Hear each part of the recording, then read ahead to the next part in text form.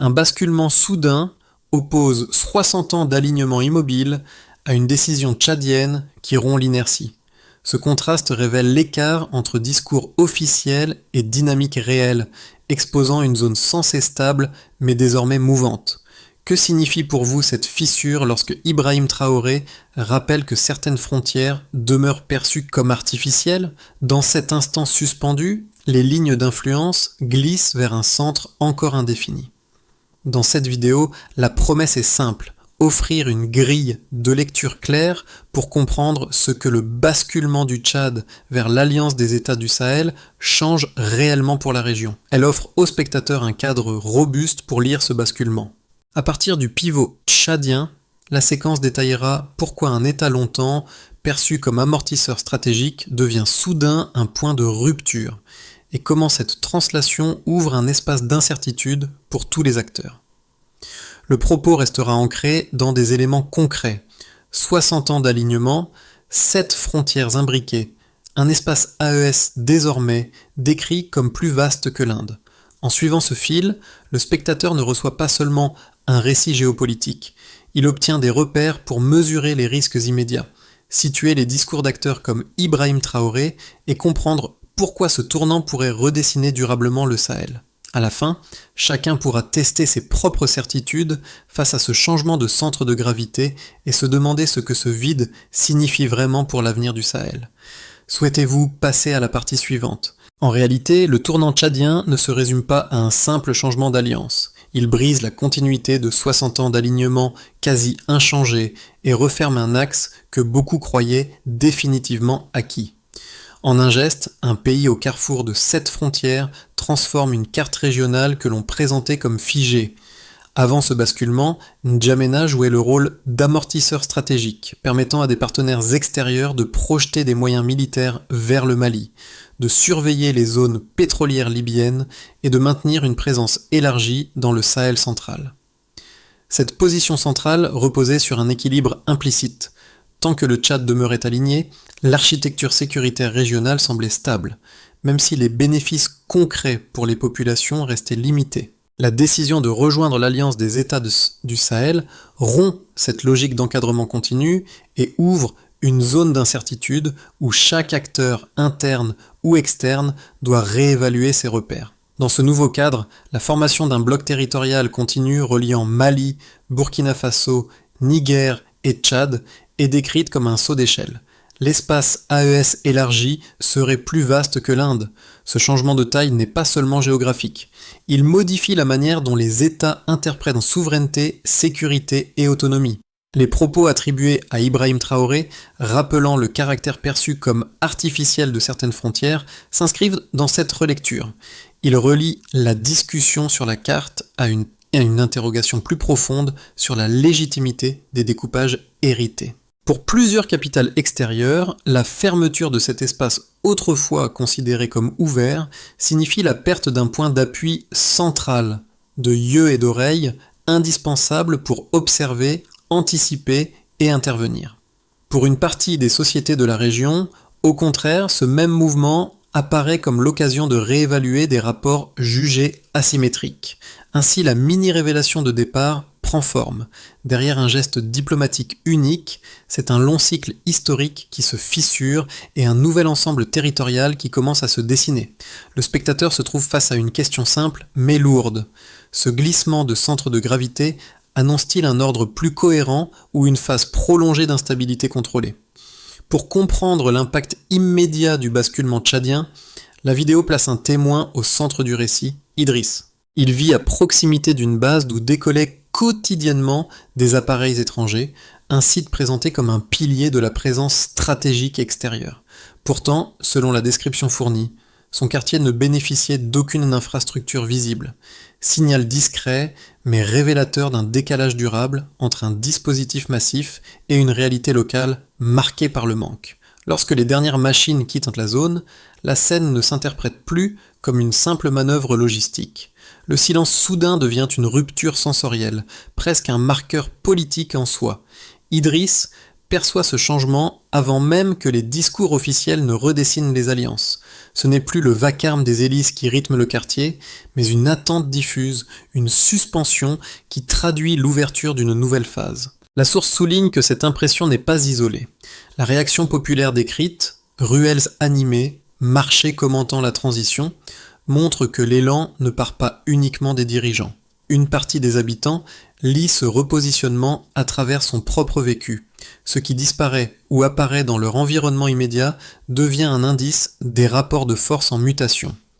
Idriss sert ici de guide narratif, non parce qu'il explique la géopolitique, mais parce que sa perception incarne la manière dont un changement d'alignement se matérialise dans le quotidien. Le spectateur découvre ainsi que la recomposition régionale ne plane pas au-dessus des sociétés. Elle s'inscrit dans les sons, les rythmes et les atmosphères de lieux ordinaires. La question sous-jacente s'impose alors: qu'indique cette réaction précoce sur la capacité des populations à absorber et réinterpréter cette transition ? Le déclencheur apparaît dès l'instant où le Tchad annonce son entrée dans l'Alliance des États du Sahel. Ce geste n'est pas décrit comme un simple ajustement diplomatique. Il ferme un espace longtemps considéré comme ouvert, un espace utilisé par des partenaires extérieurs pour projeter des moyens militaires vers le Mali, pour surveiller les zones pétrolières libyennes, pour maintenir une architecture sécuritaire étendue. Cette disponibilité paraissait acquise, elle constituait un pilier silencieux. Et soudain, elle se retire. La bascule surprend, elle s'inscrit après des décennies d'alignement stable. N'Djamena agissait comme point d'appui, comme pivot régional, comme relais entre dynamiques sahariennes et tensions subsahariennes. En un geste, cet axe se referme, un levier disparaît. Une continuité se brise, la carte doit être relue. Dans les zones frontalières, l'effet est immédiat. Les acteurs locaux évaluent autrement la cohésion politique. La formation d'un bloc continu, Mali, Burkina Faso, Niger, Tchad, change la donne.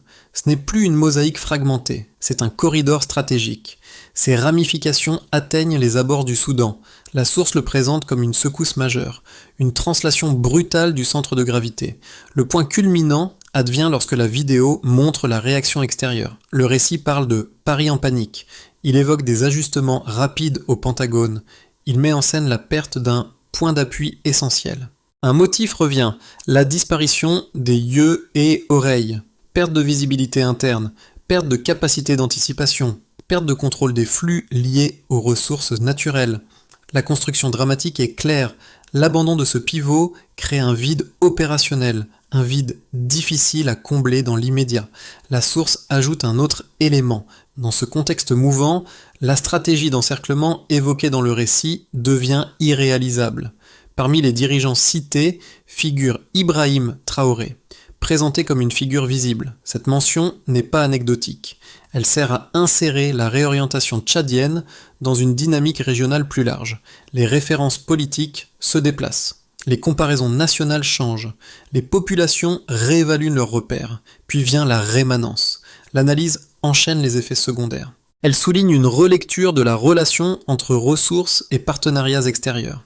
Elle décrit des craintes de renégociation systématique. Elle évoque un possible renforcement de la coordination entre États membres. Dans cette phase, l'incertitude domine, mais une possibilité nouvelle apparaît, un espace où tout semble à redéfinir.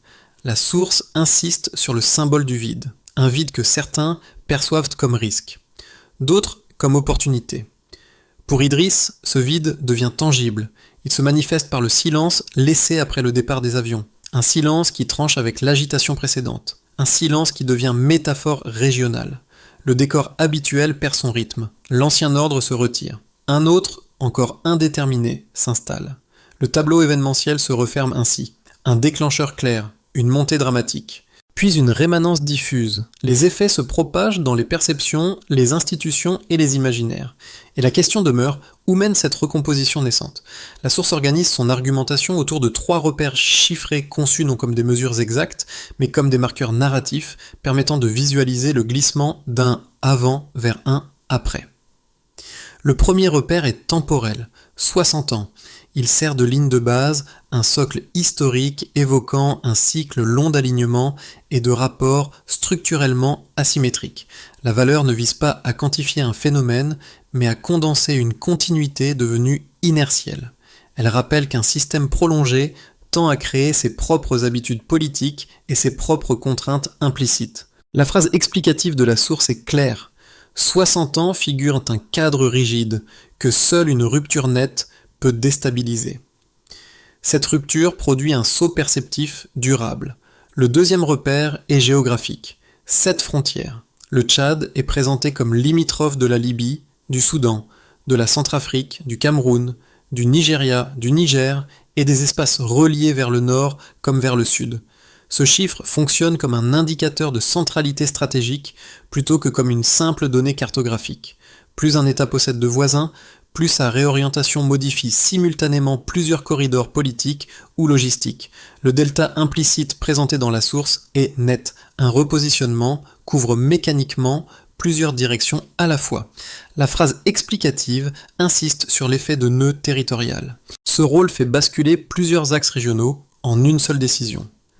Chaque frontière devient alors un vecteur de translation. Le troisième repère concerne l'échelle spatiale. L'espace AES élargi est décrit comme plus vaste que l'Inde. Cette comparaison ne cherche pas la précision métrique.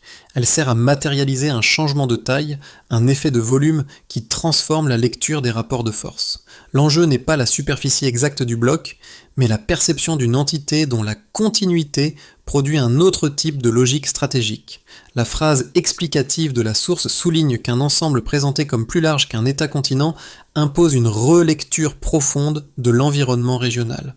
Le saut d'échelle devient un signal en soi. L'ensemble de ces trois repères organise une structure baseline delta.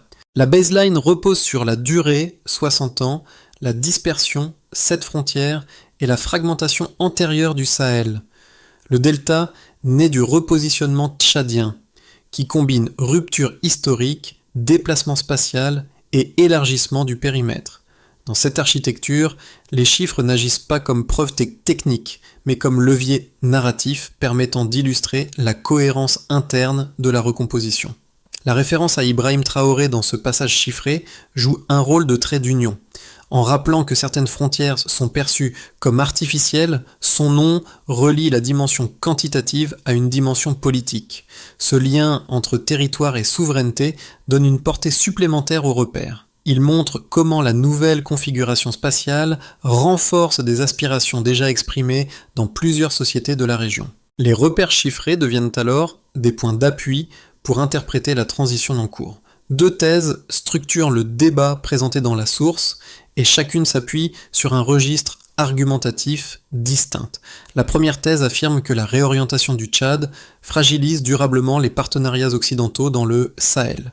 Selon cette lecture, perdre un point d'appui situé au carrefour de 7 frontières revient à réduire la visibilité opérationnelle dans une zone déjà instable.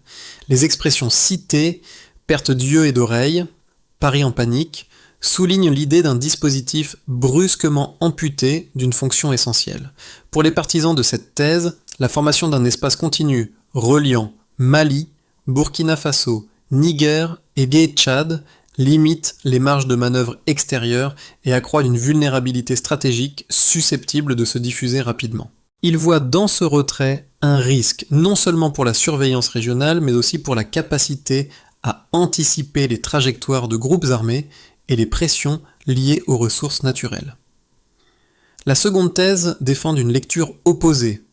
Elle considère ce basculement comme un rééquilibrage nécessaire, porté à la fois par les dirigeants et par les attentes populaires. Les scènes décrites, réactions venues des rues, commentaires dans les marchés, montrent que cette recomposition n'est pas seulement institutionnelle. Elle exprime une volonté de repenser des rapports jugés asymétriques et de redéfinir la souveraineté à partir de critères plus autonomes. Dans cette perspective, le retrait des appareils étrangers, présenté comme une page blanche, devient un symbole positif. L'ouverture d'un espace d'action où de nouvelles priorités peuvent être formulées. Le Stillman consiste à formuler chaque position dans sa meilleure version. Pour la première thèse, l'argument fort réside dans l'importance stratégique d'un pivot territorial. Perdre un nœud de cette frontière modifie instantanément plusieurs axes régionaux. Pour la seconde thèse, la force vient de la cohérence régionale émergente. Plusieurs États cherchent simultanément à aligner leur trajectoire, nourrie par des expériences communes et par des perceptions locales comme celle illustrée par le témoin Idriss. L'attention centrale repose donc sur l'interprétation du vide. Est-il menace ou opportunité ? Ce décalage de lecture alimente l'incertitude actuelle et explique l'amplitude des réactions divergentes face au basculement tchadien. Un vide change tout. Ce point médian décrit dans la source comme un moment où le retrait extérieur cesse d'être perçu comme une opération logistique pour devenir une transformation idéologique, modifie entièrement la lecture du Sahel. Le récit quitte alors la mécanique militaire et s'oriente vers une interrogation plus profonde. Que représente un espace soudain libéré de son ancien rythme et comment les acteurs régionaux y projettent-ils leur propre modèle politique ? Là où certains observateurs voient une vulnérabilité accrue, d'autres identifient une occasion rare d'élargir leur marge d'action. La mention d'Ibrahim Traoré occupe ici une place structurante.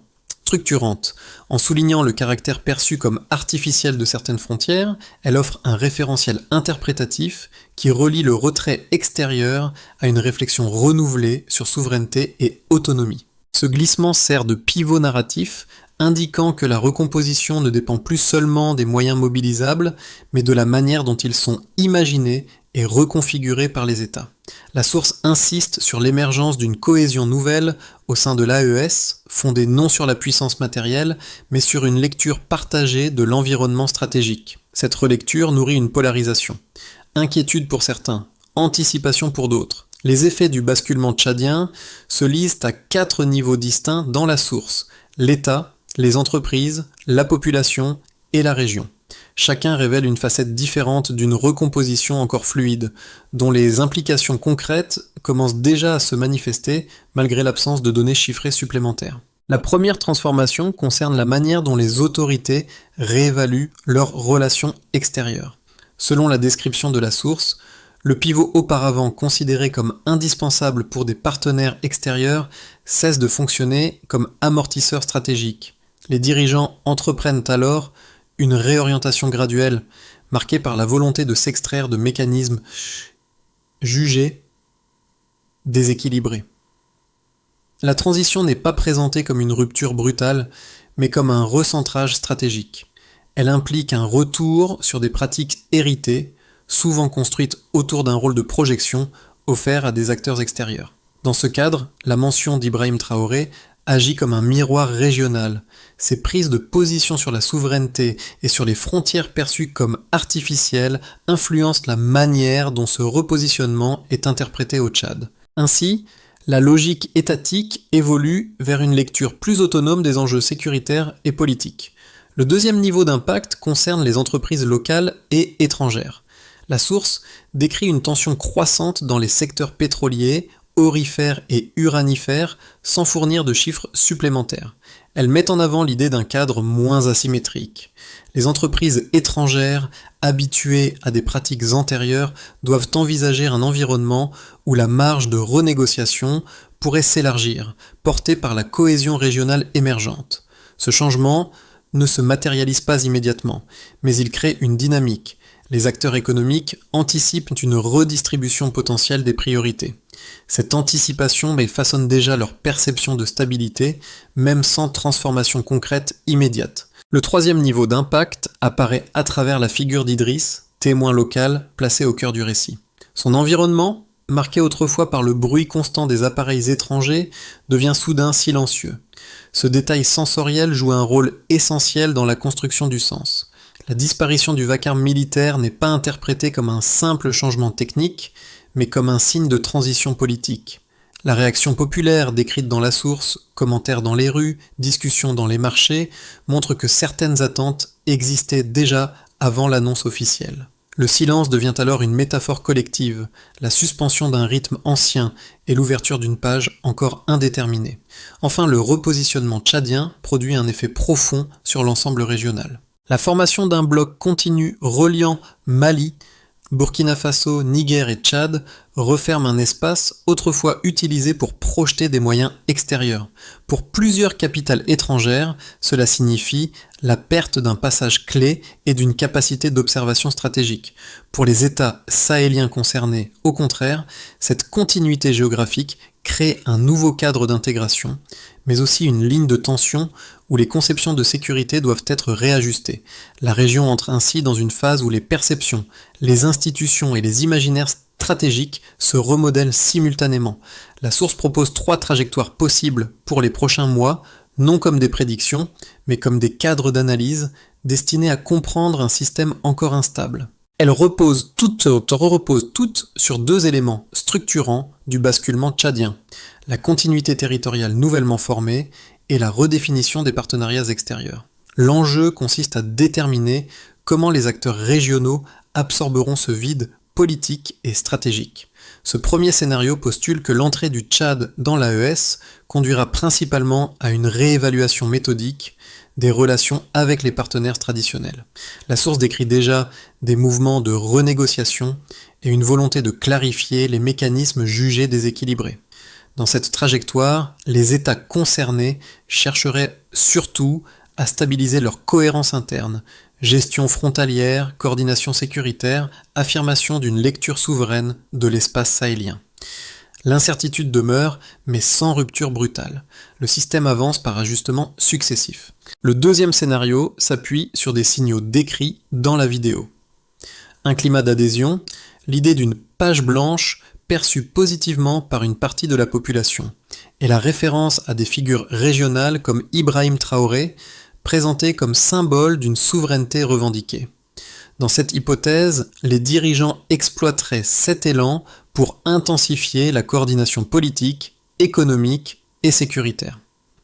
Des décisions parallèles pourraient se multiplier, tout comme les communications conjointes et l'harmonisation de certaines priorités nationales.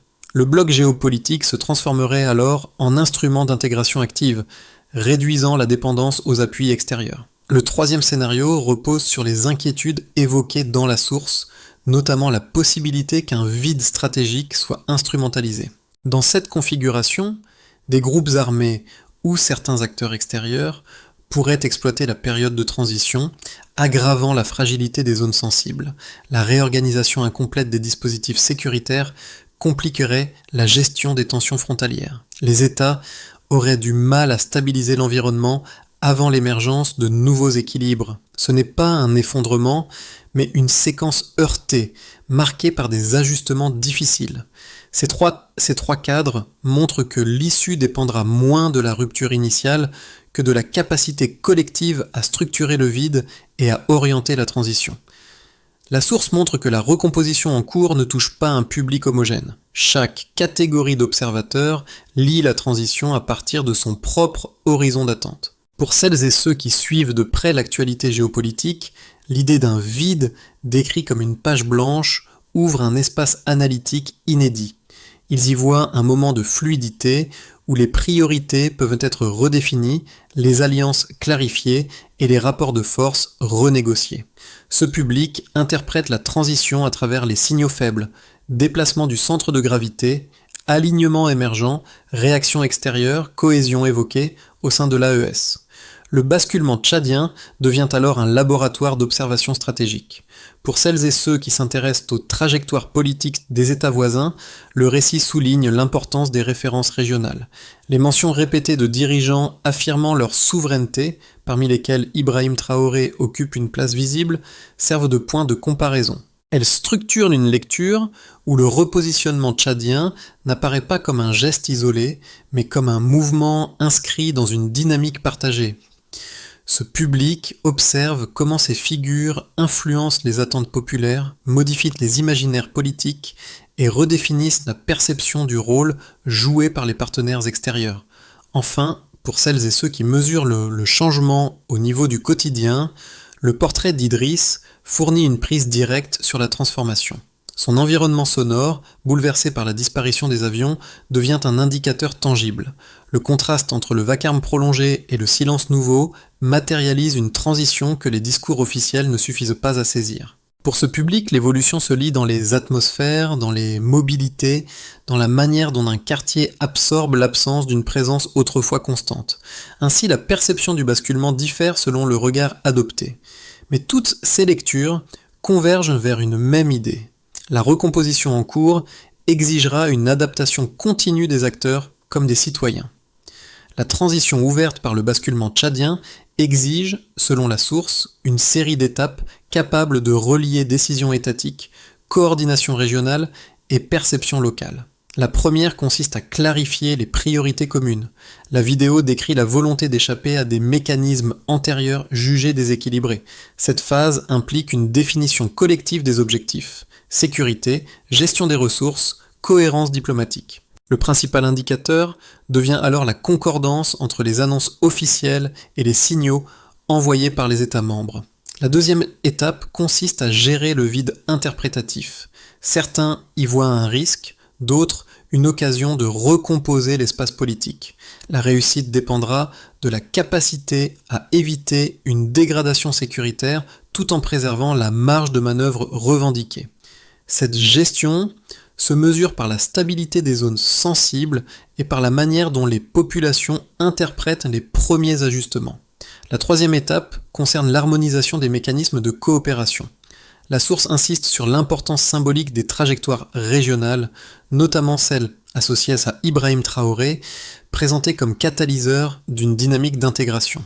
Les signaux à observer incluent des décisions parallèles, des communications conjointes et l'alignement progressif des priorités stratégiques. Cette cohérence constitue un test décisif pour valider la formation d'un bloc fonctionnel. Enfin, la quatrième étape consiste à articuler décision et perception locale. Le portrait d'Idriss rappelle que toute recomposition doit résonner dans le quotidien. L'efficacité se lie dans la clarté des annonces, dans la réduction des tensions et dans la capacité des autorités à associer les attentes citoyennes au processus.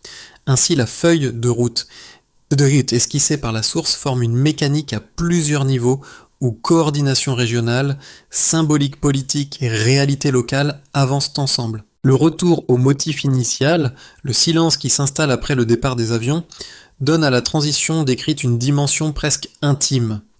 Pour Idriss, ce silence n'est pas seulement l'absence d'un bruit familier.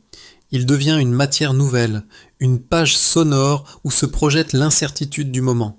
La source montre que cette sensation locale résonne avec les trajectoires régionales, notamment avec celles attribuées à Ibrahim Traoré, dont les prises de position rappellent que la souveraineté se réinterprète autant qu'elle se proclame.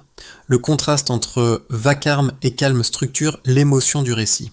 Il révèle que les recompositions géopolitiques ne s'expriment pas uniquement dans des blocs territoriaux ou dans des discours d'État, mais aussi dans les perceptions sensibles de ceux qui vivent près des frontières, des infrastructures militaires ou des routes d'approvisionnement. Le décor change, puis l'atmosphère suit et l'horizon se déplace. Ainsi, la transformation décrite ne se réduit pas à un changement d'alliance. Elle marque un passage intérieur, une région qui cesse d'habiter un cadre figé et tente d'imaginer un autre rythme, un autre centre, une autre manière d'exister. La page blanche n'est donc pas un aboutissement, mais un début, et la phrase qui affleure devient une ligne de fond. Le silence aussi peut annoncer un monde nouveau. La séquence décrite dans la source se referme sur un paysage encore en mouvement, où décisions étatiques, attentes populaires et repositionnements régionaux coexistent sans se stabiliser pleinement. Dans cette fluidité, la question n'est plus de trancher, mais d'ouvrir un espace de dialogue. Le basculement tchadien, la formation d'un bloc continu et les résonances symboliques évoquées tout au long du récit montrent que les dynamiques du Sahel ne peuvent être saisies qu'en observant les interactions fines entre territoire, souveraineté et perception locale. Cette incertitude n'est pas seulement un défi, elle est aussi une invitation. Elle appelle à suivre attentivement les signaux, gestes diplomatiques, réactions citoyennes, glissements narratifs, transformation dans les zones sensibles. Elle invite également à reconnaître que plusieurs lectures coexistent et que le futur de la région dépendra de la capacité collective à articuler ces visions plutôt qu'à les opposer. C'est ici qu'intervient la dimension sociale. Chacun, selon son expérience et sa sensibilité, peut contribuer à enrichir la compréhension de cette recomposition. Alors une question demeure, ouverte, nécessaire. Quelle pourrait être, selon vous, la prochaine inflexion majeure dans l'évolution du Sahel ?